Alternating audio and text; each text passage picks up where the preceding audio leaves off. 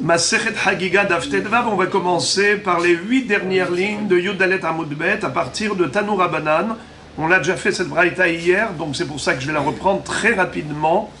Tanu Rabbanan, nos maîtres nous enseignent dans la baraïta. Arba'a nichnesu bapardes. Il y en a 4 qui sont rentrés dans le verger.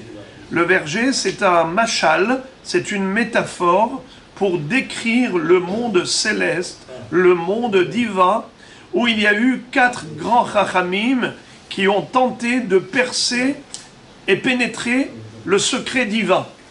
Alors, en prononçant le nom d'Hachem, ils ont pu monter au ciel. C'est comme ça que Rashi nous explique, Nirnesu ba pardes. Pardes, Rashi dit, Alou la rakia, ils sont montés au ciel, al yede Shem, par le biais du nom divin qu'ils ont prononcé. Tosfot dit, Nirnesu la pardes, kegon al yede Shem. Velo alou le marla mamash. Et la hayanir alahem ke moshe alou, bechen piresh be'aruch. Mais Tosfot n'explique pas comme Rashi qui sont réellement montés au ciel, mais avec le nom du Shem HaMeforash, ils ont pu comme rentrer au ciel. C'est-à-dire que dans leur esprit, ils ont réussi à pénétrer le monde divin, le monde céleste, mais tout ça c'était que dans leur vision prophétique. C'est pour ça que Pardes, c'est comme on le dit, Pshat, Remez, Drash, Sod. C'est les initiales de ces 4 niveaux de la Torah, et ils sont entrés dans le Sod absolu.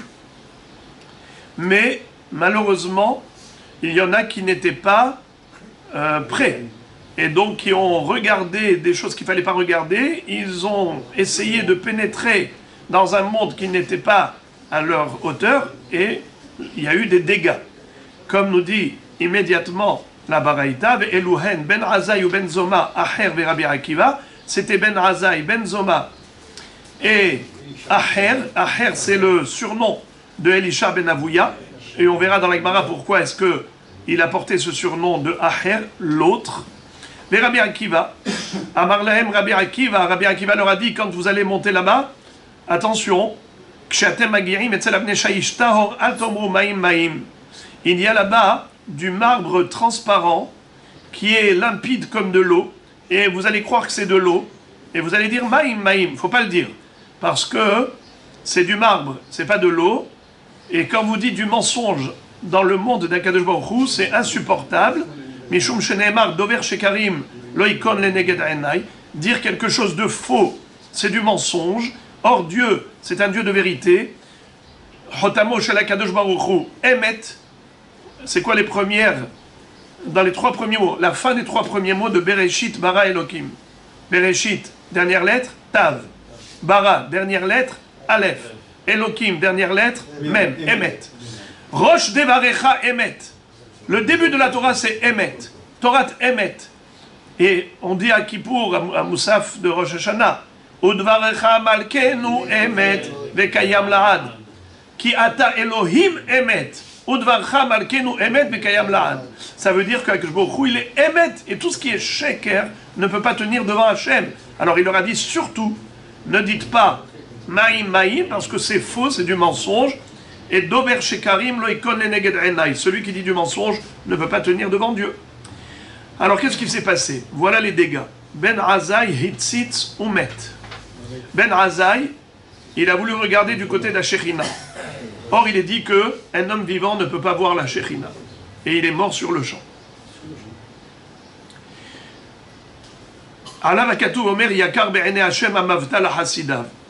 Et comme pour des gens comme lui, il est dit dans Tehillim, Yakar, c'est lourd. Yakar, ça peut être Yakar qui veut dire cher. Yakar, ça veut dire lourd. Yakar, be'enei Hashem. C'est très lourd. C'est Hachem, il a du chagrin pour cet homme qui est mort prématurément. Yakar be'enei Hachem hamavta, la mort, la hasidav, à des hasidim qui auraient pu encore grandir dans la Torah. Ben Zoma, hetzitz venifga. Ben Zoma, il a regardé du côté de la Shekhinah et il a perdu la raison. Il est devenu fou. Ve'alav hakatuv omer, devash matzata echol dayeka. À son propos, il est dit dans Michelet, tu as trouvé du miel, mange-en, mais juste avec une dose mesurée. Pentis ba'enu va'akeroto. Car si tu manges trop de miel, tu vas le vomir. La même chose, quelqu'un qui essaye de percer le secret divin et de pénétrer dans un monde qui est bien au-delà de ses capacités, alors le résultat, c'est que il risque de perdre la raison. Ça veut dire c'est un machal, comme le miel. Le miel, c'est quelque chose qu'il faut manger à juste mesure, bien que ce soit bon, c'est délicieux, mais il y a une limite, il ne faut pas exagérer. Alors, celui qui prend trop de miel, il finit par vomir. La même chose, il a perdu la raison. Parce qu'il a essayé d'atteindre un niveau qui ne lui correspondait pas. Rabbi Akiva Yatsa Beshalom, Rabbi Akiva, lui, a su se gérer. Il a su... J'ai sauté Aher, oui, bravo. Bravo. Aher kitsetz banetirot. Aher, il a coupé les troncs des arbres. Puisqu'on a comparé le monde divin à un verger, un jardin où il y a des arbres fruitiers, alors en poursuivant dans la même métaphore, on a comparé Elisha ben Avouya à celui qui a déraciné les arbres, ça veut dire kitsetz banetirot, il a saccagé un carnage, il a saccagé le verger. Ça veut dire que au lieu de sortir de là, agrandi dans sa Emouna et dans sa perception du monde d'Akadosh Baruch Hu, il est sorti de là avec une conclusion terrible, à savoir de croire qu'il existe deux autorités divines, comme la Gemara va le raconter, qu'il a vu l'ange Matat, c'est Matat et Ron. Pour ne pas dire le mot en une fois, alors on dit rien que Matat, que le début du nom de ce malach. Il a vu qu'il était assis. Alors il a dit, mais je sais que là-haut, personne n'est assis, tous les anges sont debout. Il n'y a que Akadosh Baruch Hu qui est assis sur son trône. Comment ça se fait que lui, il est assis? En fait, il était assis que pour un laps de temps très court. Lequel? Celui d'écrire les srouyot du Ham Israël. L'ange Matat, sa fonction, c'est d'écrire les mérites du peuple juif. Et de ce fait, pendant qu'il était assis en train d'écrire, Elisha ben Avouya l'a vu. Alors il a dit quoi? Il y a deux autorités divines, ça s'appelle Kitsetz Banetirot. Il a saccagé le verger. Dans le sens où il est arrivé à la Kfira. Rabbi Akiva Yatsa Beshalom, Rabbi Akiva est le seul qui est sorti de là sain et sauf. Il était du niveau et il était aussi mesuré, équilibré. Il savait qu'est-ce qu'il a le droit d'approfondir, vers où il doit porter son regard et où est-ce que sont ses limites. Sha'alou ben Zoma, puisqu'on a cité ben Zoma, et ce n'est pas fréquent de le retrouver, la Gemara cite des enseignements de ce Hacham qui s'appelait Rabbi Shimon ben Zoma. Vous le connaissez. D'où vous le connaissez? De la Haggadah de Pessah.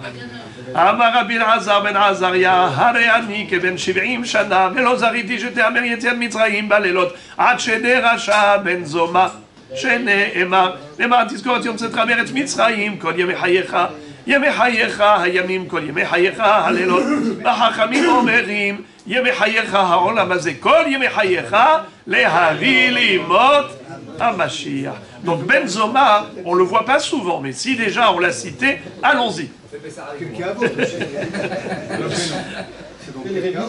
Aussi, c'est vrai.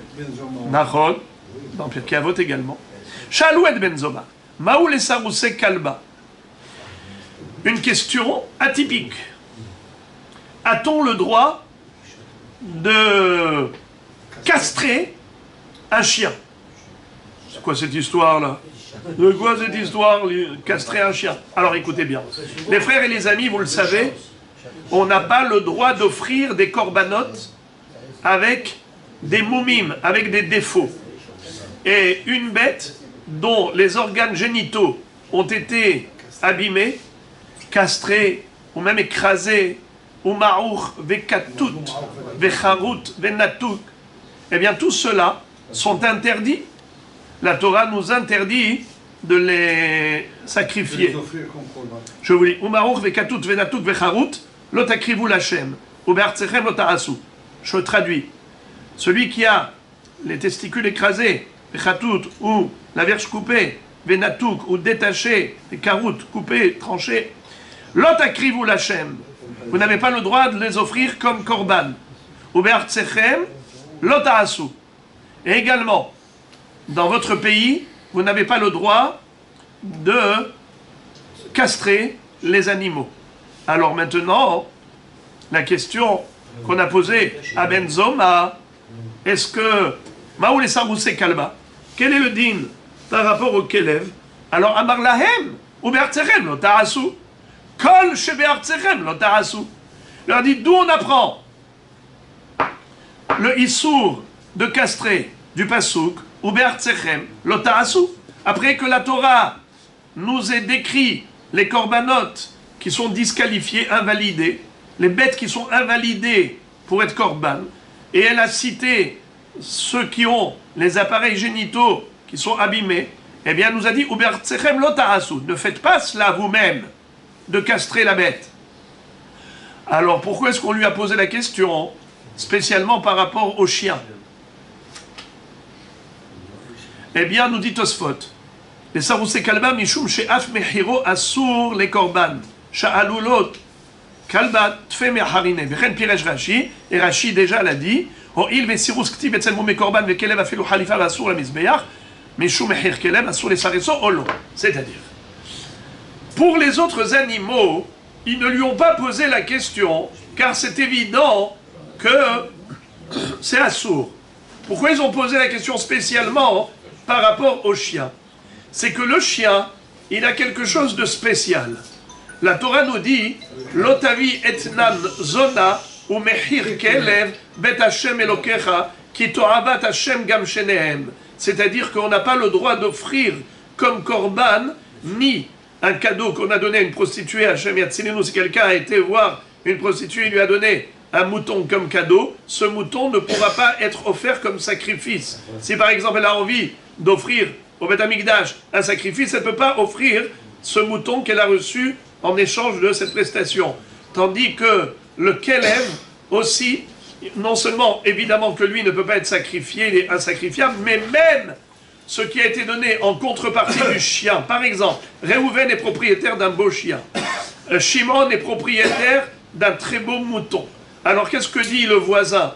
Le Réhouven, propriétaire du chien, il dit à Shimon, écoute, moi j'en ai plein des chiens, si tu veux bien, on fait un échange. Donne-moi ton mouton, moi je te donne un chien. Il lui a donné le chien, il a reçu le mouton. Est-ce qu'il a le droit d'offrir ce mouton comme sacrifice? Ça s'appelle la contre-échange du chien. Et de ce fait, il est disqualifié. Ça s'appelle Mechir Kelev. Tout ce qui est Mechir Kelev, To'avat Hashem, c'est une abomination. Et de ce fait, c'est disqualifié pour le sacrifice. Alors c'est pour cela qu'on a posé la question à Benzoma. Regardez maintenant la subtilité, les amis. Où est-ce qu'on retrouve l'interdiction de castrer une bête? La Torah nous l'a enseigné dans le pasuk Ubertechem lo ta'asu, juste après nous avoir dit qu'on n'a pas le droit d'offrir comme sacrifice ces bêtes. Ça veut dire que l'interdiction de castrer une bête, qui a été enseignée dans le contexte des corbanotes, nous laisse croire que c'est seulement les corbanotes qui ont un lien avec le Mizbeach qui sont frappés d'interdiction. Alors même si eux-mêmes ne sont pas sacrifiables, mais peut-être que le Issour de les castrer provient du fait que leur monnaie d'échange est sacrifiable.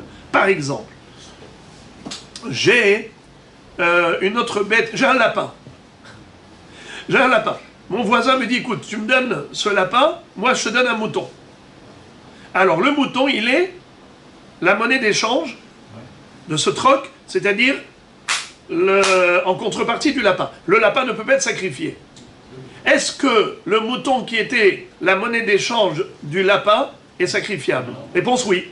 Car la Torah, elle a dit clairement, Mechir Kelev. Elle n'a pas dit toutes les Behenmot, toutes les Chayot qui sont interdites. Elle a parlé le Kelev. C'est pour cela que la question se pose. On lui a demandé Maoul et Sarousé Kalba. Pourquoi ils ont choisi Kelev? Pourquoi ils n'ont pas parlé de manière générale toutes les bêtes? Parce que toutes les bêtes, c'est pas shoot. Toutes les bêtes, c'est écrit clairement dans la Torah, ou Be'artechem lo ta'asu. Et pas seulement la bête elle-même, mais même celle qui n'est pas seulement la bête qui est sacrifiable elle-même, mais même celle qui n'est pas sacrifiable, mais qui a pour possibilité, de manière indirecte, d'accéder au misbéach. Comment? Par sa monnaie d'échange. Si on donne en contrepartie d'un lapin, on donne un mouton, eh bien ce mouton, il est sacrifiable. C'est pour cela que c'est sûr qu'on n'a pas le droit de castrer le lapin. Car le lapin, il a un lien avec le misbéach au travers du mouton qui peut être sa monnaie d'échange. Donc ça, c'est sûr que c'est assaut.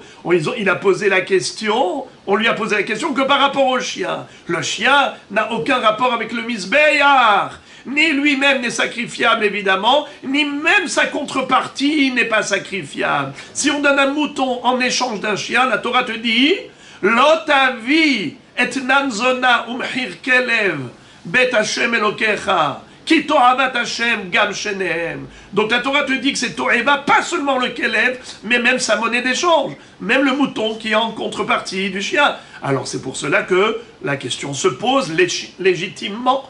Laquelle question? Peut-être que c'est moutard de castrer un chien. Car lui n'a aucun lien avec le misbéach, ni directement, ni indirectement. Alors peut-être que ce serait permis. Ben Zoma a dit, même ça c'est interdit. Parce qu'il est écrit, Ube'artechem lo ta'asu. Kol shebe'artechem. Qu'est-ce que ça veut dire? Alors, Tosfot, dans ma Sechet Shabbat, explique que, en fait, d'où on déduit ça? Le Kol shebe'artechem. D'où Ben Zoma il a déduit ça? C'est que Ben Zoma se posait une question. Be'artechem. C'est quoi Be'artechem? Normalement, c'est Eretz Israël. La question se pose, est-ce que l'interdiction de castrer une bête, c'est uniquement en Eretz Israël? Évidemment que non. Pourquoi? On a une règle. Qu'est-ce qui est relatif à Eretz Israël? C'est uniquement tout ce qui est végétal. Mais tout ce qui n'est pas Hovat Karka, tout ce qui n'est pas lié à la terre, eh bien c'est international. La mitzvah, elle est internationale. Alors, castrer une bête, ça n'a rien à voir avec la terre. Pourquoi la Torah dit Be'artechem? Kol shebe'artechem. Pour te dire, tous les animaux qu'il y a dans ton pays, même les chiens, eh bien, sont frappés d'interdiction de castrage. Bonne question. Ça s'appelle une question philosophique. Rabbi Nissim, vous êtes le champion des questions philosophiques. Mais, comme on ne fait pas de la philosophie, c'est une mitzvah de la Torah. Zéachok. Qu'on lui donne déjà tout ce qui est bête Nevela. C'est vrai. Là, on aurait pu penser que... Ça c'est gratitude. Oui, ça c'est par gratitude. On aurait pu faire un Ekech. Si tu donnes la gratitude. Eh bien vous avez répondu à votre question. On aurait pu croire, justement, on aurait pu croire que le chien est permis parce que, c'est la monnaie d'échange est permise parce que on a une akaratatop. On la Torah te dit spécialement non. Pas pour le chien. Pas pour un lapin. Un lapin, Un lapin, oui. pour lapin. Alors, en fait, voilà. Là, je repose votre question. Je repose votre question. Pourquoi la monnaie d'échange, la contrepartie du lapin est permise et la contrepartie du chien est interdite? C'est ça votre question. La réponse, on peut dire, philosophiquement, ça n'engage que moi, c'est qu'il est écrit que le chien, il s'appelle Azpanim.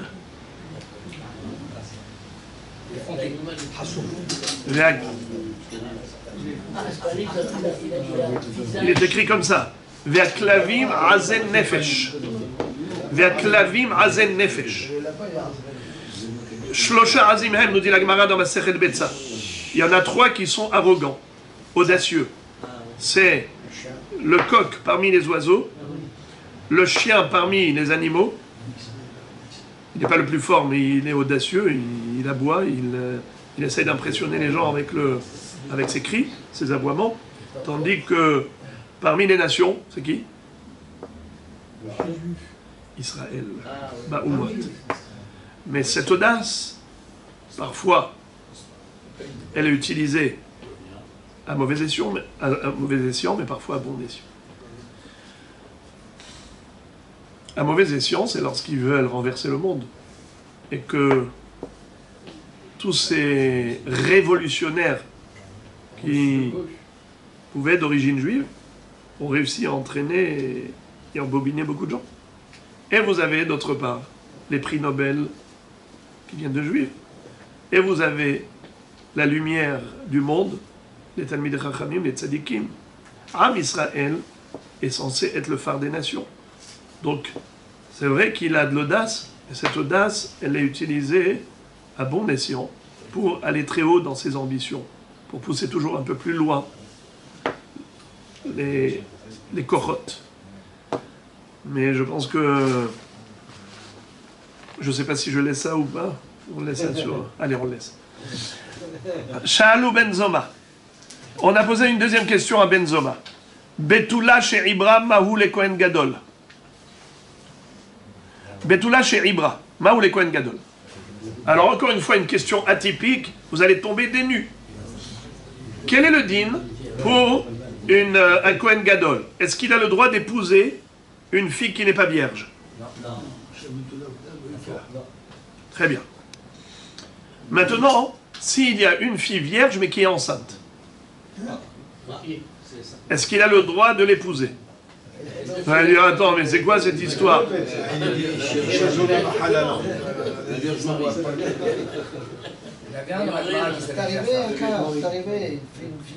Alors la Gemara nous dit comme ça. Maou, Betula chez Ibra, Maou le Kohen Gadol. On sait qu'un Kohen Gadol ne peut épouser qui im Betula be'ama bikahisha. Et pas une Be'ula. Alors maintenant la question se pose. Mi haishina le di Shmuel. De amar Shmuel yachol ani librol kama be'ilot belodam.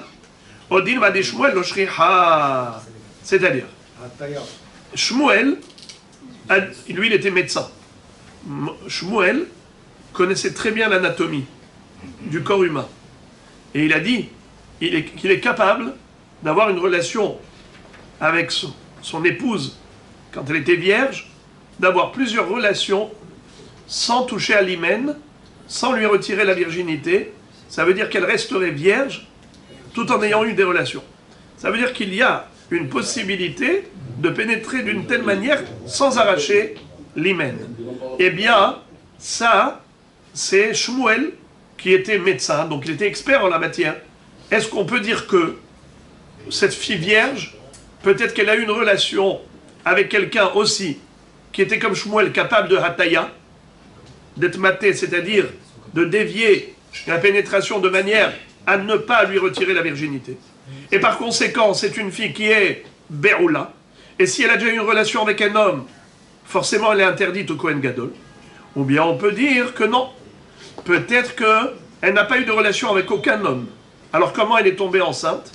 La Gemara va dire que c'est possible qu'elle soit tombée enceinte dans une baignoire, dans un mikvé. Par exemple, il y avait un homme qui était au mikvé et qui a eu une perte de semence, et ce zéra qui se baladait dans l'eau au moment où elle s'est trempée dans le mikvé, eh bien, le zéra a pris...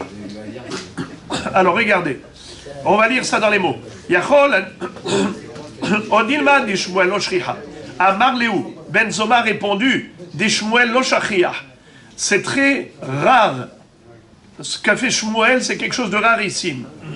Et donc, on ne tient pas compte de quelque chose de rare. Il faut prendre en considération la généralité. Et en général, quelqu'un qui a une relation avec une jeune fille, forcément, il a arraché l'hymen. Et de ce fait, celle-là, si elle a toujours les betoulim, sa virginité, c'est qu'elle n'a pas eu de relation avec un homme. Et si elle n'a pas eu de relation avec un homme, comment elle a eu ce bébé? On dit que peut-être qu'elle est tombée enceinte dans un mikvé, dans un bassin. La Gemara pose la question, elle dit Ve'amar Shmuel, kol shirvat zera sheno yori kahetz eno mazraat. C'est-à-dire, pour que la semence puisse prendre effet et que la femme tombe enceinte avec cette goutte de sperme, il faut obligatoirement que ce soit yori kahetz, que ça arrive comme une flèche. Au travers de l'éjaculation, il faut que ce soit comme une flèche.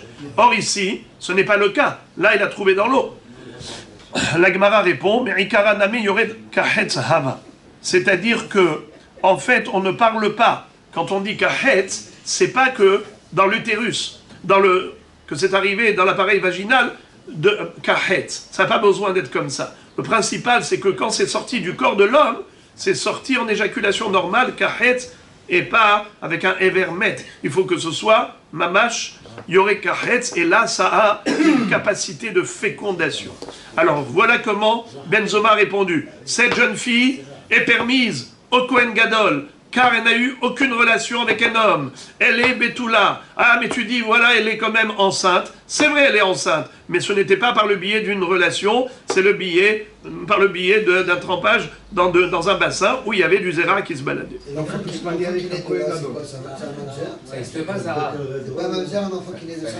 Mamzer, c'est seulement lorsque il y a eu relation interdite. Alors, d'abord, premièrement, ici, on parle d'une jeune fille. Donc, Bichlal, le mot mamzer ne correspond pas du tout. Un bébé hors mariage ne s'appelle pas mamzer. Par exemple, quelqu'un qui a été avec une jeune fille, qui n'est pas marié. Alors, c'est sûr que c'est un sourd, mais l'enfant n'est pas considéré bâtard. L'enfant est considéré un juif à part entière, qui n'est pas goum, mais parce que la femme était nida. Mais sinon, c'est un juif normal. C'est un cas d'école, ça n'existe pas. C'est un cas d'école. C'est la première fois que vous voyez des cas d'école dans la Gemara. Bonjour. Non, mais ça n'existe pas comme ça. Bienvenue au Daf Yomi.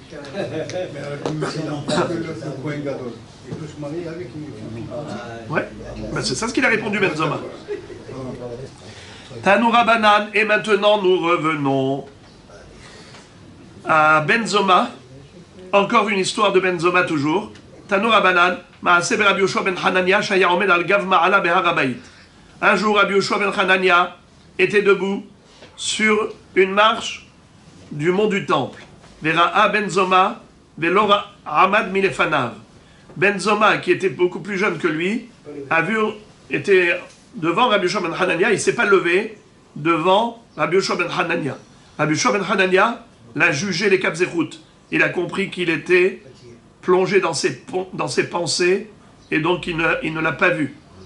Amarlo, mais Aïn ou Aïn Benzoma. Alors Rabbi Yoshua ben Hanania le tire de sa torpeur. Et il lui dit, Benzoma, d'où tu viens, où tu vas? Ça veut dire, où est orientée ta pensée? Vers où est dirigé ton esprit? Amarlo, Sofé Haïti ben Maïm Ha'elyonim, les Maïm Atartonim. Il a dit, dans ma pensée, j'étais en train de réfléchir à la séparation des eaux célestes par rapport aux eaux terrestres. Et en fait, En benzel azé, et la shalosh etzbarot bilvad. À l'horizon, les eaux terrestres et les eaux célestes, finalement, sont très proches les unes des autres, bien qu'au centre, elles soient tellement séparées, puisque la distance entre le firmament et les eaux célestes, c'est la même distance que le ciel et les eaux terrestres, mais au niveau des extrémités, le décalage, il n'est que de 3 etzbaot. L'écart, il n'est que de 3 etzbaot, 3 doigts. Alors, il y a plusieurs façons d'expliquer cette Gemara. Si on explique ça sur le plan métaphysique et pas physique, on dirait que Maïm Ha'elyonim et Maïm Atartonim, ça représente la Torah comme toujours, En Maïm et la Torah. La Torah est comparée à l'eau. Les eaux terrestres, c'est la Torah qui est accessible aux terrestres. Ce qu'on appelle le Niglé, Torah ta Niglé. Ça c'est Maïm Atartonim. La Torah qui est parlante pour nous, qui est accessible pour les humains, pour l'âme Israël ici sur terre. Mais il y a Maïm Ha'elyonim, il y a les secrets de la Torah, mais qui appartiennent au monde céleste, au monde divin. Mais en fait, l'écart entre les deux, il n'est que de 3 etzbaot. Qu'est-ce que ça veut dire 3 doigts? Alors, on peut dire comme ça. Il y a le pshat, remez, drash, sod.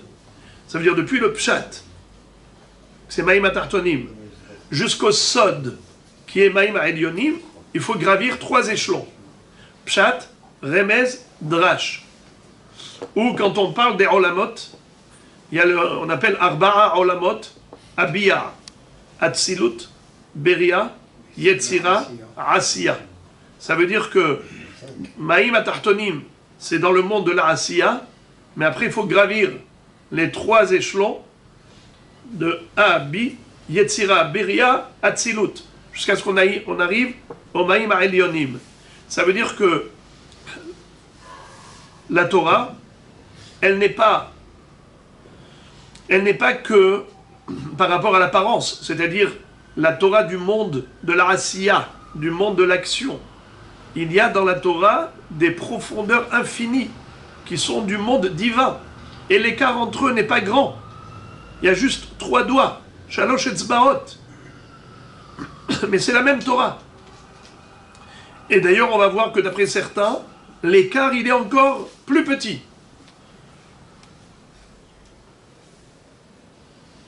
שנאמר, ורוח אלוהים מרחפת על פני המים, כיונה שמרחפת על בניה ואינה נוגעת. Comme il est dit à propos des Maïm Elionim, que l'esprit divin, le souffle divin, merachefet, souffler au-dessus de l'eau, planer au-dessus de l'eau, keyona shemrachefet al banea ve'ena nogat, comme une colombe qui plane au-dessus de son nid et mais ne l'écrase pas. Elle ne s'éloigne pas plus que 3 doigts de hauteur. Amar lahem Rabbi Yoshua le talmidav. Rabbi Yoshua a dit à ses élèves, Adaïn benzoma mi bachutz. Benzoma, il est encore à l'extérieur. Qu'est-ce que ça veut dire l'extérieur? Ça veut dire qu'il n'a pas encore compris vraiment Maaseh Bereshit. Dans le sens où il s'est trompé. Il croit qu'il y a 3 doigts d'écart. Non, je ne suis pas d'accord. Amar lahem Rabbi Yoshua talmidav Adaïn benzoma mi bachutz. Mirde Veruach Elokim merachefet al pnei hamayim emat have. Bayom harishon Havdala, Bayom sheni hu dehavai. Dirti vehi mavdil ben maim la maim. Qu'est-ce que ça veut dire? Le pasouk qu'il a cité ne correspond pas. Il a cité un pasouk de Veruach Elokim merachefet al pnei hamayim. Mais ce pasouk qui parle de Yom Rishon, Bereshit bara Elokim et hashamayim ta'aretz. Là-bas, on parle du premier jour. Or, la séparation des eaux par le biais du ciel qui les sépare, ça a été fait Beyom Sheni, le deuxième jour. Havdala, c'est quoi Havdala? La distinction entre les eaux supérieures et les eaux inférieures. Beyom Sheni ou Dehavai, ça a eu lieu le deuxième jour. Dirtiv, Vihim Avdil, Ben Maim, La Maim, Vekama. Alors la Gemara demande, d'après lui, alors Béhémet, quelle est la distance entre les eaux célestes et les eaux terrestres? Amar Rav Yaakov, Amar Rav Chabar Yaakov, Kimlonima. Selon Rav Chabar Yaakov, c'est l'épaisseur d'un cheveu. Les Rabbanan Amri qui gouda des gamla.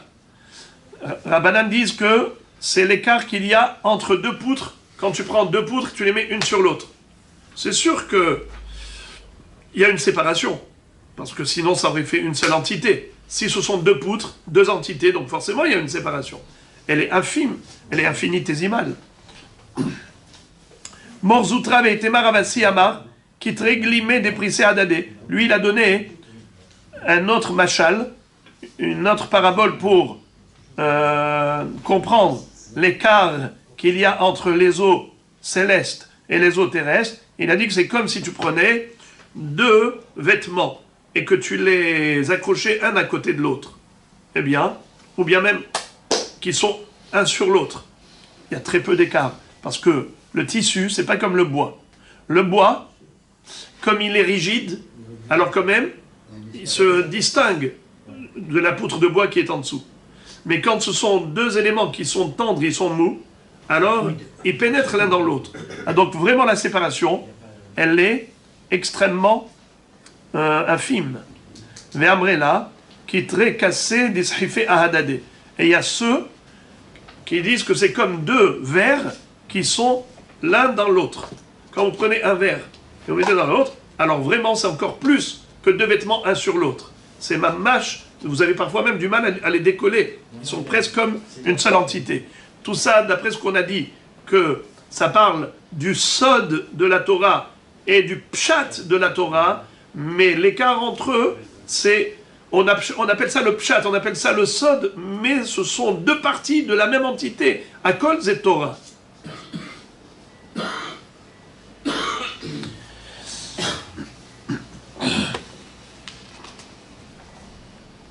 Aher, Kitsetz Banetirot. Aher, il a quoi? Qu'est-ce qu'il a fait? On a dit qu'il a coupé les troncs d'arbres. Dans le sens où il a saccagé le verger.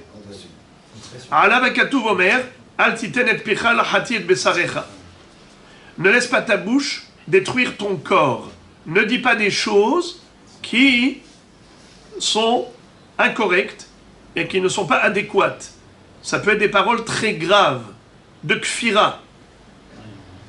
Maïhi, la Gemara demande, c'est quoi? Qu'est-ce qu'il a dit? Ça veut dire quoi? Qu'est-ce qui lui est arrivé à Elisha ben Avouya? Raconte-nous l'histoire. Réponse, Haza. Alors je ne lis pas le nom comme il est écrit, vous voyez de vos yeux. Haza, mitat erom, deiti hevale, reshuta, les mirtav, zarfata d'Israël. Il a vu cet ange qui porte ce nom de Matat, à qui on avait donné le droit de s'asseoir pour écrire et inscrire dans le livre des mérites, eh bien, tous les srouyot d'Israël. Lui, il a vu un ange assis. Amar, il s'est dit, Gemira, on a une tradition. Delemala, là-haut dans le ciel. Lo have lo yeshiva, velo tahrut, velo oref, velo ipouy. Personne, aucun ange n'a le droit de s'asseoir. Lo yeshiva. Lo have, lo yeshiva. Il n'y a pas d'installation sur un siège. Ils sont tous debout. Les malachim. Il n'y a que Hachem qui est installé sur son trône. Personne d'autre. Velo taharut. Il n'y a pas de concurrence entre les anges. Velo oref. Et ils n'ont pas de nuque. Qu'est-ce que ça veut dire? Nous les humains, on a une face, on a une nuque. On a un visage, mais on a la nuque. Eux, ils ont 4 faces. C'est-à-dire l'ange, de n'importe quel côté où tu vas le voir, tu verras sa face.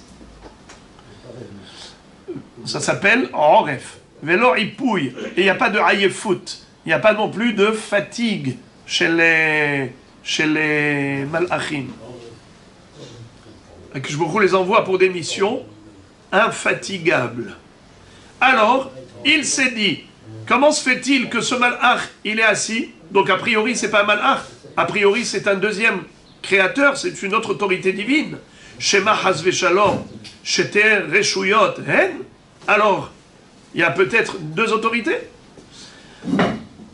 Miyad Afkuhu le Matatron, Mahyu Shetin Pulse Denora.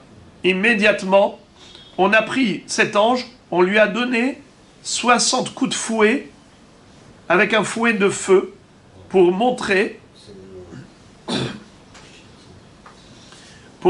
que il n'était pas un dieu, il était qu'un ange. Regardez le premier Tosfot de la page Tetvav. Umahyuhu shitin pulsin, on lui a donné 60 coups de fouet, leodi alo she'en yecholet les matat yoter me'acharine, pour indiquer à Elisha ben Avouya que cet ange n'a aucune supériorité par rapport aux autres anges. Oui. Ouais. Et malgré tout, malheureusement, quand quelqu'un a une première idée, il reste figé là-dessus. Malheureusement, c'est comme ça les gens. Il n'y a que les imbéciles qui ne changent pas d'avis, mais en général, beaucoup de gens ont cette imbécilité. Quand ils se font une idée, ils sont imbougeables. Ça ne dépend pas de la connaissance, ça dépend de la force mentale. Exact.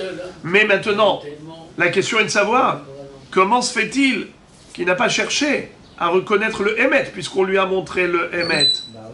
Et vous allez voir dans la Gemara que cet homme avait une tendance vers le Sheker. On va étudier, donc beaucoup de patience. Attendons jusqu'au bout. À chaque fois qu'on veut dire beaucoup, alors on utilise le chiffre 60. Voilà, très souvent dans le chasse, le shishim, c'est beaucoup. Alors, la Gemara maintenant va nous raconter, et elle va nous dire comme ça. Yatzta batkol ve amra. Pardon, excusez-moi. Amroule, ils ont dit à cet ange, Maïtama ki hazite lo kamt mikame. Pourquoi tu ne t'es pas levé au moment où tu as vu Elisha ben Avouya? Tu aurais dû te lever pour pas l'induire en erreur. Maintenant, comme tu es resté assis, c'est à cause de toi que Elisha ben Avouya a viré à gauche. Immédiatement, comme Elisha ben Avouya est resté sur sa position en pensant que ce malach c'était un dieu, alors on lui a donné à cet ange le droit d'effacer tous les mérites de Elisha ben Avouya. Tov. Yatzta bat kol ve'amra. Shuvu banim shovavim chutz me'acher. Tous ceux qui se sont écartés du chemin de la Torah, revenez à la maison de papa. Shuvu banim, revenez mes enfants. Shovavim, même si vous vous êtes détournés de moi. Chutz me'acher, à l'exception de Acher. C'est qui Acher? Elisha ben Avouya. Pourquoi Akadosh Baruch Hu lui a dit qu'il ne veut pas accepter cette échouva? Pourquoi? Parce que lui, il était Yodé Haribono ou Mitkaven Nimrodbo. C'est-à-dire que, étant donné qu'il connaissait la grandeur d'Hachem, c'est pas comme un ignorant. Un ignorant, le pauvre, c'est un ignorant. Mais quelqu'un qui était du niveau de la sagesse de Elisha ben Avouya, et malgré tout, il est resté dans cette position de rachat, c'est impardonnable. Il a été pardonné quand même. Hein? Il a été pardonné quand même. On verra après. On verra. Amar ho'il ve'itrid ha'u gavra me'ahu alma lipuk lithane be'ay alma. Alors Elisha ben Avouya s'est dit, puisque j'étais renvoyé, répudié, écarté du Olam Haba, alors je vais au moins profiter du Olam Hazé. Nafak, l'ipuk l'etahane be'ay alma. Je vais profiter de ce monde. Nafak aher l'etarbudra. Et c'est comme ça que malheureusement, il a commencé à adopter des mauvaises mœurs. Nafak ashkarzona, il a croisé une prostituée. Tavara, il a sollicité. Amrale lui a dit, Velav Elisha ben Avouya at. Quoi, tu n'es pas Elisha ben Avouya, le grand Hacham? Comment toi tu es religieux, comment tu demandes une chose pareille? Qu'est-ce qu'il a fait? Akar pugla mimishra beshabbat v'yahivla. Il a arraché un légume, un radis, du champ, du potager, pendant Shabbat, et il lui a donné. Amra aheru. Elle a dit donc, en effet, ce n'est plus le fameux Elisha ben Avouya qu'on connaissait, c'est quelqu'un d'autre, puisque Elisha ben Avouya, évidemment, était Shomer Shabbat. Quand il a malheureusement dévié, tout le monde s'est éloigné de lui, mais il avait un élève qui a continué à étudier chez lui. C'était Rabbi Meir Balanes. Et d'ailleurs, Elisha ben Avouya va lui enseigner à Rabbi Meir encore des enseignements, même après s'être écarté. Regardez ce qu'il va lui dire. Sha'al Aher et Rabbi Meir. J'ouvre une parenthèse. Pourquoi est-ce qu'il portait le nom de Aher? C'est parce que la prostituée a dit Aheru. Depuis, on l'a surnommé Aher. C'est un autre. Sha'al Aher et Rabbi Meir. Alors lui-même, Aher a posé la question à Rabbi Meir, son élève. Le'achar shi'atza le'tarbudra. Après avoir quitté la Torah, après avoir abandonné le droit chemin. Amarle, il lui a dit, Maïdirtiv gam etze le'omadze asa Elokim. Que veut dire Shlomo HaMelech dans Kohelet quand il dit que Akadosh Baruch Hu a fait cela face à cela? C'est quoi cela qui est en face de cela? Amarlo, Kolma shebara Akadosh Baruch Hu bara kenegdo. Il lui a dit, tout ce qu'Akadosh Baruch Hu a créé en macrocosme, il a créé en microcosme. Bara harim, bara gevarot. Il a créé des hautes montagnes, il a créé des petites collines. Bara yamim, bara neharot. Il a créé les grandes mers, les océans, il a créé des petits fleuves. À Marlo, il lui a dit, non, Rabbi Akiva Rabbecha lo amarkach. Rabbi Akiva, ton maître, n'a pas interprété le pasouk ainsi. Et là, voilà comment il a interprété. Bara tzadikim, bara reshaim, bara gan eden, bara geinam. C'est-à-dire, dans le monde, il y a des opposés. c'est vrai qu'il y a des tzadikim, mais c'est vrai, mais il y a aussi des rechaim. Pour cela qu'Akshmoro a créé Baragan Eden, Baraginom, il a créé le jardin des délices, il a créé l'enfer. Chacun a potentiellement soit une place au Gan Eden, soit une place à l'enfer. שני חלקים, אחד בגן עדן ואחד בגיהינום. זכה צדיק, נטל חלקו וחלק חברו בגן עדן. Le tzaddik, s'il s'est bien comporté, eh bien il méritera d'avoir une double part, la sienne et aussi celle qui était potentiellement apte au rachat. Nithayev rachat, natal chelko vechelek havero begehinam. Le rachat, quand il ira au gehinam, il aura une double part, la sienne et celle qui était potentiellement apte au tzaddik. Mais le tzaddik a échappé au gehinam, c'est le rachat qui prendra sa place, une double part. Le rachat a renoncé au Gan Eden, c'est le tzaddik qui prendra sa place, une double part. Le Beth Alevi demande, comment se fait-il que il y a une double part? C'est pas juste. Il dit, parfois le rachat, il fait des mitzvot. Tu veux savoir c'est grâce à qui? C'est grâce au tzaddik, qui l'a influencé. Alors, sa part au Gan Eden revient au tzaddik. Parfois, le tzaddik fait des averot. Vous savez pourquoi? Il était influencé par le rachat. Donc, le rachat, il a sa propre part, il a aussi la part du tzaddik qui a fait des averot à cause de lui. Bon, alors, ensuite, Amar Rav Meshach Shia Maïkra, de quel passouk on l'apprend? Gabé tzadikim ktiv, lachen be'artzam, mishnei rashu. Gabé rechaim ktiv, ou mishnei shibaron, shovrem. Qu'est-ce que ça veut dire?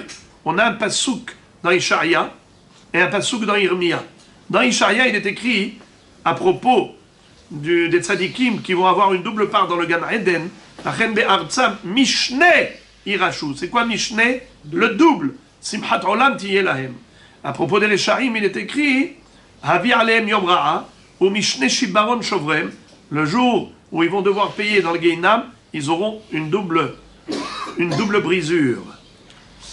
Et on revient à Elisha ben Avouya. Sha'al acher et Rabbi Meir le'achar she'yatzal et Talmud Ra'a. Encore une question que Elisha ben Avouya a posée à Rabbi Meir.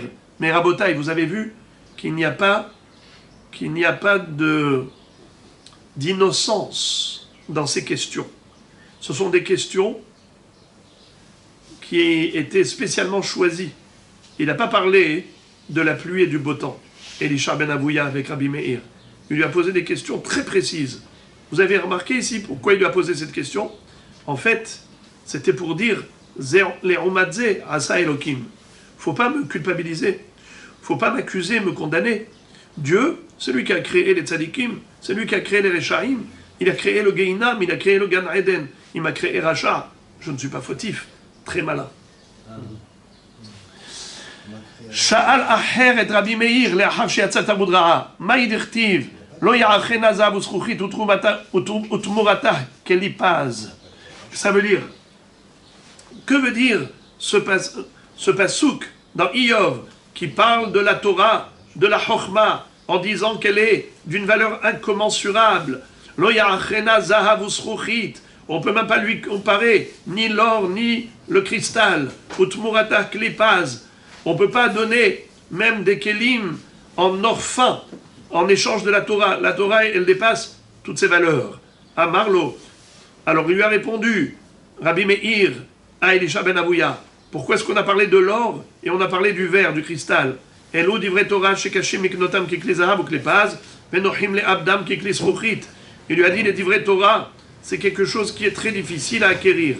La dimension spirituelle, c'est quelque chose qui s'acquiert très difficilement, mais c'est très facile de perdre. Pour construire, ça met du temps, pour détruire en une seconde. Nohim le abdam kikli zchuchit, on peut les perdre très facilement, comme un keli en cristal. Acquérir un keli en or, il faut ô combien d'investissement. Mais pour le perdre, eh bien, ça, divrei Torah, on peut les perdre très facilement, comme un keli en verre. Dès qu'on pousse, il tombe par terre, il se casse. Amarlo, il lui a répondu, Rabbi Akiva Rapralo Amarkar. Rabbi Akiva, ton maître, n'a pas interprété le passouk ainsi. Et là, voilà ce qu'il va dire. Ma keli zahav uklis ruchit, afalpi shenishberu yeshlem takana, aftalmit hacham, afalpi shesarach yeshlo takana. Et il lui a dit, tu sais que l'or et le cristal, ce sont des matériaux récupérables. Même si le keli en or a été percé, ou un keli en verre a été brisé, c'est récupérable. Il suffit de faire fondre le métal, de faire fondre le verre, et à nouveau recréer, à partir de là, un nouveau keli tout neuf. Alors il lui dit, quoi? Quel rapport avec le Talmid Chacham? Il lui dit, même un Talmid Chacham, qui était d'une grande valeur, lorsqu'il est devenu rachat, il peut faire teshuva. Talmid Chacham afalpi shesarach, yeshlo takana, il peut faire teshuva. Amarlo, af ata, chazor becha. Alors toi aussi, Elisha ben Avouya, fais teshuva. Amarlo, il lui dit, moi, je suis exceptionnel. Tout le monde peut faire teshuva, sauf moi. Kvar shabati me'achorei apargod, shuvu banim shovavim chutz me'acher. C'était d'ailleurs un jour de Kippour, lorsqu'il marchait, plutôt, il galopait à cheval, il chevauchait un cheval, il était derrière le Kodesh HaKodashim, et c'est là qu'il a entendu la voix divine dire que tout le monde peut faire teshuva, même les Rechaim, sauf Acher. Donc tu vois que je n'ai aucune chance. Ne m'en veux pas, ne me culpabilise pas. Je ne peux pas faire teshuva, ça ne dépend pas de moi. Je suis condamné d'emblée d'office, mais du ciel, je te le dis. Tanura Banan. Maaseh Be'acher. Encore une histoire avec Elisha ben Avouya. Shaya Roche Balassus Be'Shabbat. Il chevauchait le cheval pendant Shabbat. Ve'aya Rabbi Meir. C'est une autre histoire. Ve'aya Rabbi Meir me'alech hacharav lilmod Torah mipiv. Et Rabbi Meir était en train de marcher à ses côtés pendant Shabbat. L'un était Mechalel Shabbat à dos de cheval, puisque c'est à son Midera Banan de chevaucher un cheval pendant Shabbat. Et lui, Rabbi Meir, marchait à ses côtés pour apprendre de lui de la Torah. Mehalech Aharav lilmod Torah mipiv. Amarlo. À un moment donné, Elisha ben Avouya s'adresse à Rabbi Meir en disant, Meir, Hazor le Acharecha. Shekvar she'arti be'ikve asus, ad kan tchum Shabbat. Mon cher élève Meir, toi tu es religieux orthodoxe, tu es obligé de retourner en ville, car on est sorti de la ville, j'ai mesuré avec les pas du cheval que nous sommes arrivés à la limite shabbatique. Car vous le savez que Shabbat, on n'a pas le droit de dépasser 2000 coudées en dehors de la ville. Dans la périphérie de la ville, on est limité, même si on marche comme ça, on est limité à 2000 coudées, 1 kilomètre. Il lui a dit, j'ai mesuré, ça y est, on est arrivé à la limite d'1 kilomètre, retourne. Amarlo, Afata, Chazor, Becha. Moi, je vais retourner en ville, mais toi, tu vas retourner à la Torah. Tu vas faire tes chouvas. Ça y est, arrête. Amarlo, il lui dit, ne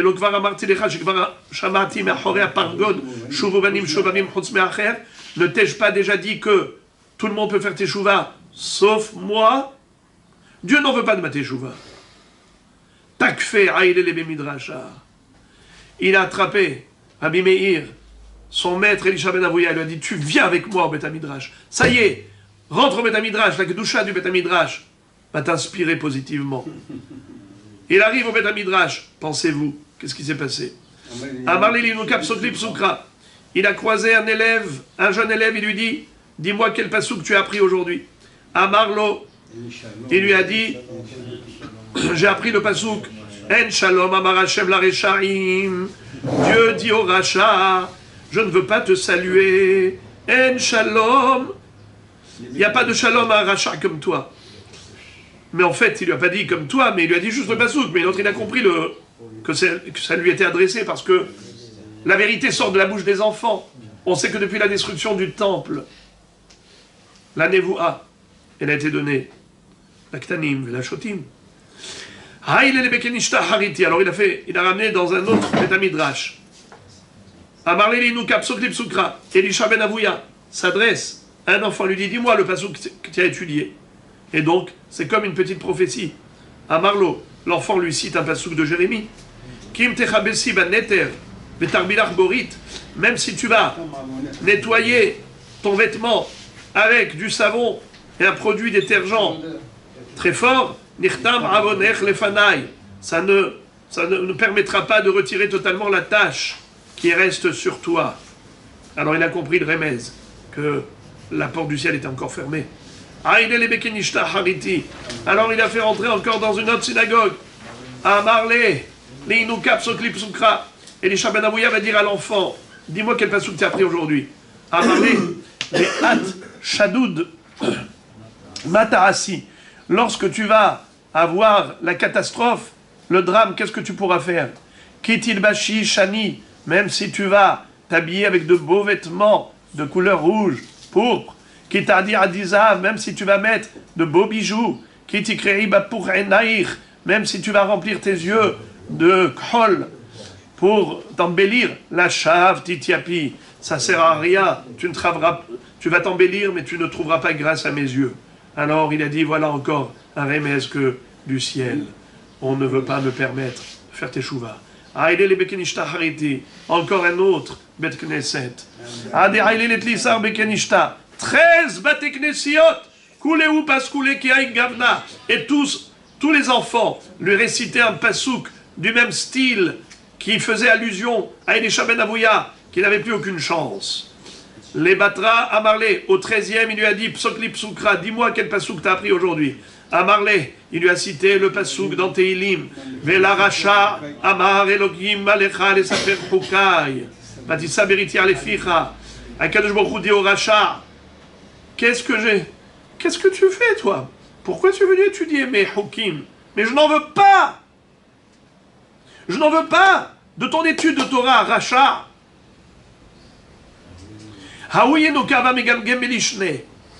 Cet enfant-là était bègue. Sa langue a fourché.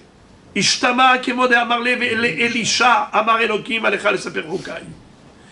Au lieu de dire Vela Racha, il lui a dit Vele Elisha. Dieu a dit, qu'est-ce que tu viens faire ici dans mon Beth Midrash pour étudier ma Torah? Je n'en veux pas de ta Torah.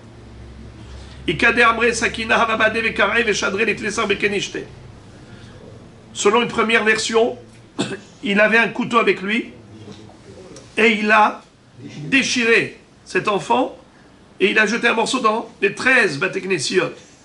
Et Kader Amré Amar, selon une deuxième version, il n'a pas tué, mais il lui a dit, si je pouvais, je l'aurais fait. Amar Yava Beyadi Sakina va Kararnale. Si j'avais un couteau, je t'aurais poignardé.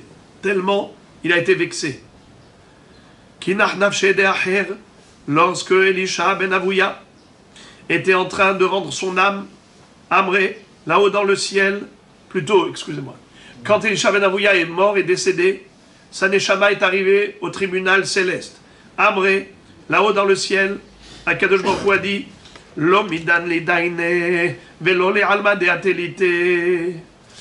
On ne va pas le juger pour toutes ses mauvaises actions parce qu'il a étudié la Torah.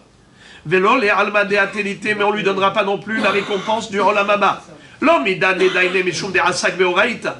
Il ne sera pas jugé à l'enfer. Pourquoi? Il ne sera pas condamné à l'enfer parce qu'il a étudié la Torah. Velo le alma de atelite, mishum, de hata, mais on ne lui donnera pas non plus le Gan Eden, le Olam Haba, parce qu'il a fauté.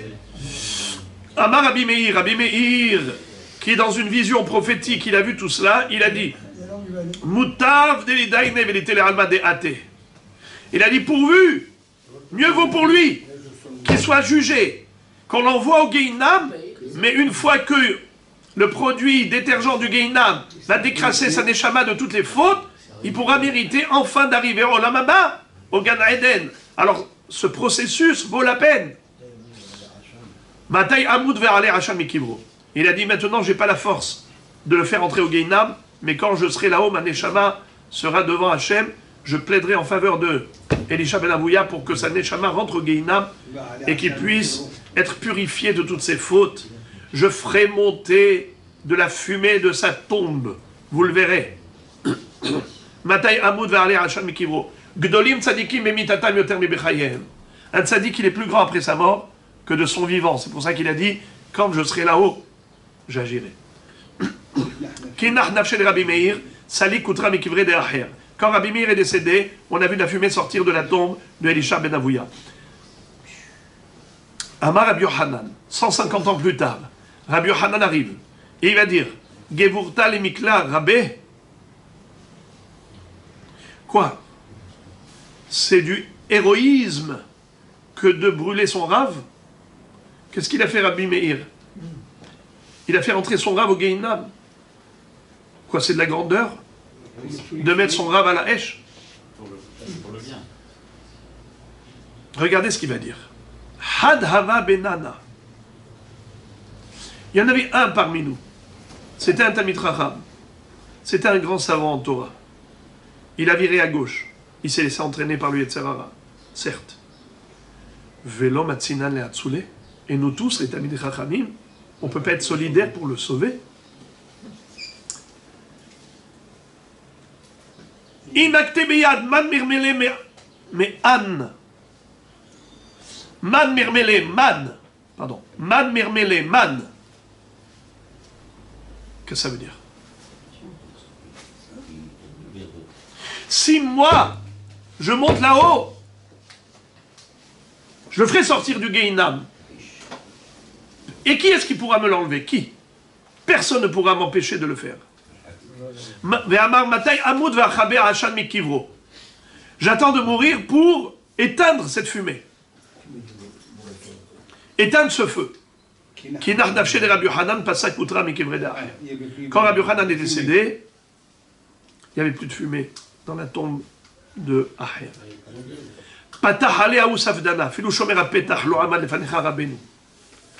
Lorsque Rabbi Yohanan est décédé, qu'a dit l'orateur funèbre? Il a dit Rabbi Yohanan, toi, Rabbeinu, même le gardien du Gehinam, il n'a pas osé t'empêcher de faire ce que tu voulais faire. De prendre de là-bas la Neshama de Aher et d'amener au Gan Eden. Bito shel Aher, la fille de Elisha ben Avouya, Atia les Kameh des Rabbi, elle est venue devant Rabbi. Amrale Rabbi par Nesseni, Rabbi, donnez-moi s'il vous plaît à manger. Amarla Batmiat, il lui a dit, qui es-tu? Amralo, Bito shel Aher Ani, je suis la fille de Elisha Aher. Amarla Adain yesh mizaro barolam. Ah bon? Il a encore une descendance en vie dans ce monde? Véactive. Mais il est dit à propos des Rechaim dans Iov.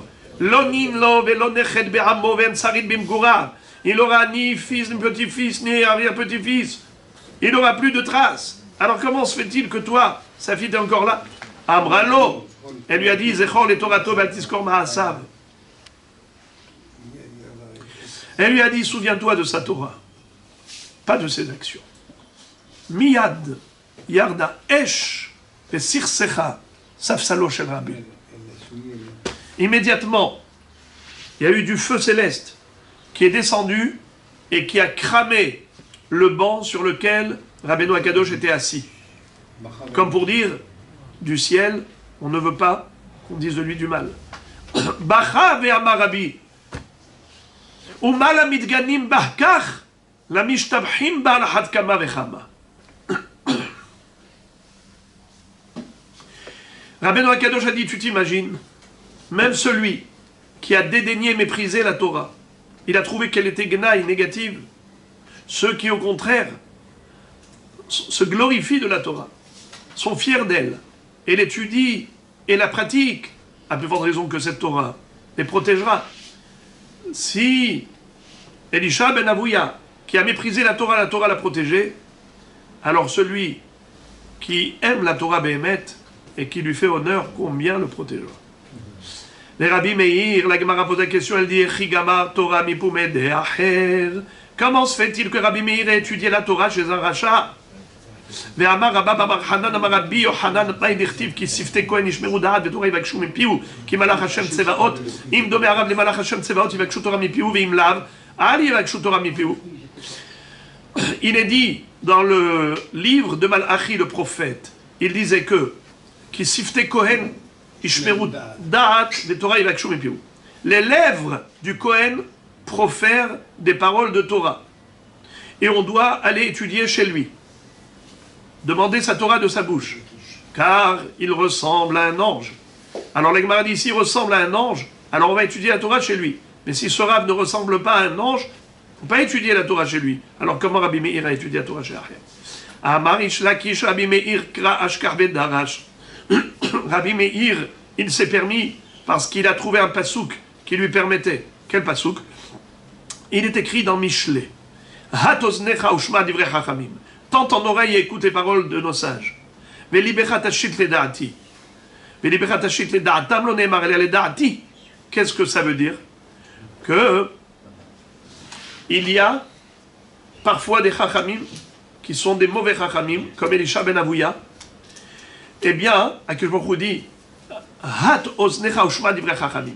Tente en oreille, écoute les paroles de tous les chachamim. Velibecha, mais ton cœur, tashit ledaati. Mais ton cœur ne doit suivre que Da'at Hashem, pas Da'atam. Le mauvais Da'at de ces chachamim qui malheureusement ont quitté le chemin de la Torah comme Elisha ben Avouya. C'est pas son Da'at que tu dois adopter, le Da'ati. Donc tu peux apprendre la science chez lui, mais le Da'at, libéra ton cœur, il doit se laisser toujours entraîner par le Da'at Torah. Deuxième source et référence sur laquelle il s'appuyait, Rabbi Hanina Marmeacha, Shim'i Batur'i Ve'ati Ozner, et Shifhi Amech ou Betavir. C'est-à-dire que la fille, écoute, regarde, écoute avec ton oreille, mais oublie ton peuple, oublie la maison de ton père. Ça veut dire, parfois, ton père spirituel, c'est le Hacham qui t'enseigne. Parfois, tu dois écouter que sa science, mais oublie après.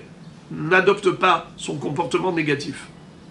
Malheureusement, très souvent, il arrive que des gens sont dégoûtés quand il s'avère que des personnes qui étaient positives au début, et ensuite, malheureusement, elles ont tourné au vinaigre. Elles ont glissé sur une peau de banane. Et ça fait un Chilul Hashem mondial. Alors qu'est-ce que les gens disent? Ah, si c'est comme ça, les gens de la Torah, alors c'est même pas la peine d'essayer. C'est du vrai Chilul Hashem. Mais, qu'est-ce que doivent se dire ces gens? Ils doivent se dire Shim'i bat uri ve'ati ozner ve'shikhi amer betavir. Au niveau de la science de la Torah, apprends. Mais après, malheureusement, ils ont tourné au vinaigre. Ça, tu l'oublies, c'est pas ton problème. C'est entre lui et Dieu. Toi, tu ne prends que le bon de ce que tu peux prendre. Alors la Gemara dit ok. Alors dans ce cas-là, les psukim se contredisent parce que quand on avait dit qu'il fallait pas apprendre la Torah chez quelqu'un de négatif, on l'a appris aussi d'un pasuk. Malach, imarab domé le malach Hashem tzevakot yivakshu Torah mipiu. Je n'ai pas qui sifte quoi nishmeru da'at betorah yivakshu mipiu ki malach Hashem tzevakot. Alors comment les psukim se contredisent? La kashia, habe gadol, habe katan. C'est-à-dire, si le Talmid il est gadol comme Rabbi Meir, il peut se permettre. Si il n'est pas suffisamment mûr, il ne peut pas se permettre. Kiata Ravdimi Amar, Amri Bema'araba, Rabbi Meir achal tahla, veshadash shihla lebara. Qu'est-ce que ça veut dire? Rabbi Meir, il a trouvé ce fruit, il a mangé le contenu, il a jeté l'écorce. Darash Rava Maïdirtiv, El ginat egoz yaradti lirot beibe an-nahal. Lama nimshelu tamidei chachamim le'egoz, lomar lecha ma egoz ze, אף על פי שמלוכלך בציץ ובצואה, אין מה שבתוכו נמאס, אף תלמיד חכם, אף על פי שסרח, אין תורתו נמאסת.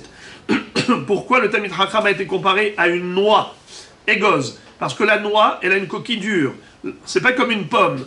Quand la pomme elle tombe dans un endroit qui est sale, dégoûtant, eh bien ça y est, elle est immangeable. Tandis que la noix, même si elle tombe dans un endroit les plus dégoûtants, une fois que tu l'as récupérée, tu la laves, tu casses la coquille, tu trouves un fruit frais autant que c'était auparavant. La même chose, même si le Talmid Chacham Sarah, Torato, Enanim Eset, sa Torah n'est pas dégoûtante. Ashkehe Rabba Barshila l'Eliyahu. Rabba Barshila a croisé Eliyahu Navi. Amar le Meika Rabbi Kuchabrichu. Il a dit qu'est-ce que fait Akadosh Baruch Hu? Amar le Kamar Shmarta Mipumayhu de Kulu Rabbanan. Il est en train de citer des enseignements de la bouche de tous les Chachamim en disant mon fils Shimon, par exemple, Rabbi Shimon dit ça. Mon fils Yehuda dit ça. Rabbi Yehuda il dit ça. Il dit au nom de tous les Talmidei Chachamim la Torah qu'ils enseignent. Mais au nom de Rabbi Meir, non. Omi Poumé, des Rabbi Meir, lo Kahamar. Mais Hachem ne mentionne pas les divrei Torah de Rabbi Meir.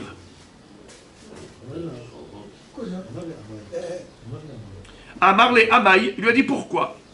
Réponse, parce qu'il a étudié la Torah chez Elisha ben Avouya. C'est une Torah qui ne mérite pas d'être mentionnée là-haut dans le ciel. Amar le Amaï, Rabbi Meir imon matzatocho achal klipato zarak. Lui a dit, mais pourquoi est-ce qu'on en veut à Rabbi Meir? Rabbi Meir, il était du niveau. Lequel? Comme celui qui a trouvé une grenade. Qu'est-ce qu'il fait? Il ne mange pas la grenade avec la peau, il a retiré l'écorce et il a mangé le fruit pur. La même chose. Rabbi Meir, Hazve Shalom, il n'a pas pris l'écorce de la Torah de Elisha ben Avouya, il n'a pris que le contenu, pas le contenant. Amar le hashtag Amar Meir Beni Omerkar. Aïe, aïe, aïe. Il lui a dit, maintenant que toi, tu as jugé les Kapzechut, Rabbi Meir, et que tu as été possèque, que ce qu'a fait Rabbi Meir, c'est positif, Tocho Achal ou Klipato Zarak, il a mangé le contenu, il a jeté le contenant, eh bien maintenant, ton psak halacha en bas était le psak halacha là-haut, et maintenant Akadosh Baruch Hu est en train de dire Meir Beni Omer. Maintenant il commence à dire les enseignements de Rabbi Meir. Entre autres, qu'est-ce que dit Rabbi Meir? C'est écrit dans Masechet Sanhedrin. Ce qu'on va lire maintenant, c'est écrit dans Masechet Sanhedrin. Rabbi Meir le dit. Bizmam shadam itztaer shechinam alashon omeret kalani meroshi kalani mizroi im kach Akadosh Baruch Hu mitztaer al daman shel reshaim kal vachomer al daman shel tzadikim shenishpach. Qu'est-ce que ça veut dire?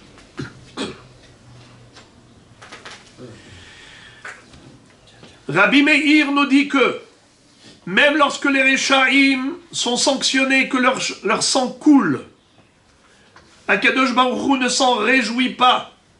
La Shechina, qu'est-ce qu'elle dit? J'ai la tête lourde, j'ai le bras lourd. Bien sûr qu'il n'existe pas ni de tête ni de bras. Chaque Baruch Hu, c'est une façon de parler, mais c'est pour exprimer le chagrin en quelque sorte. Je vous dis Kalani Meroshi. C'est quoi Kalani? C'est la contraction de trois mots. Kal, lit, ani. Je ne suis pas léger. Je suis lourd, par euphémisme. Kalani Meroshi. Kalani Mezroi. Comme si quelqu'un qui a des courbatures. Il a mal à la tête. Il a une migraine. Il a le bras lourd. Eh bien, je vous dis, quand des Réchaïm, leur sang coule, eh bien, je m'en réjouis pas. J'ai comme les membres lourds. À plus forte raison, nous dit Rabbi Meir, si les tzadikim souffrent. Peut-être que ça a été mentionné juste après l'histoire pour dire que même Elisha ben Avouya, qui avait viré à gauche, Akadosh Baruch Hu ne se réjouit pas de la sanction qu'il mérite. Shrina, Maomeret, Kalani Meroshi, Kalani Mezroi. Et à plus forte raison, quand il y a quand même du positif, avec ce positif, on peut le sauver. Et d'ailleurs, je voudrais vous inviter à lire ce Tosfot merveilleux, le Tosfot merveilleux de Daftet Vav, Hamoud Aleph, qui nous fait une biographie ici de Elisha ben Avouya. Vraiment le début de sa vie et la fin de sa vie. C'est extrêmement émouvant, mais je ne voudrais pas le brader en faisant ça en 2 minutes puisqu'on est obligé de s'arrêter là. Donc je vais m'arrêter là.